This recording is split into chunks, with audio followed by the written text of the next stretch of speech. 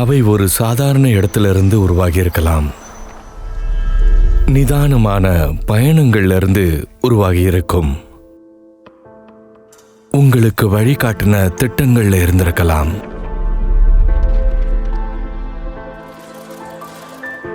நீங்க சிந்தின வியர்வேல இருந்திருக்கலாம். உங்களோட ஆர்வத்தில் இருக்கலாம். உங்களுக்கு கிடைச்ச வெற்றிகள், அடைஞ்ச புகழ்கள்ல, கதைகள்ல இருந்து உருவாகி இருக்கலாம்.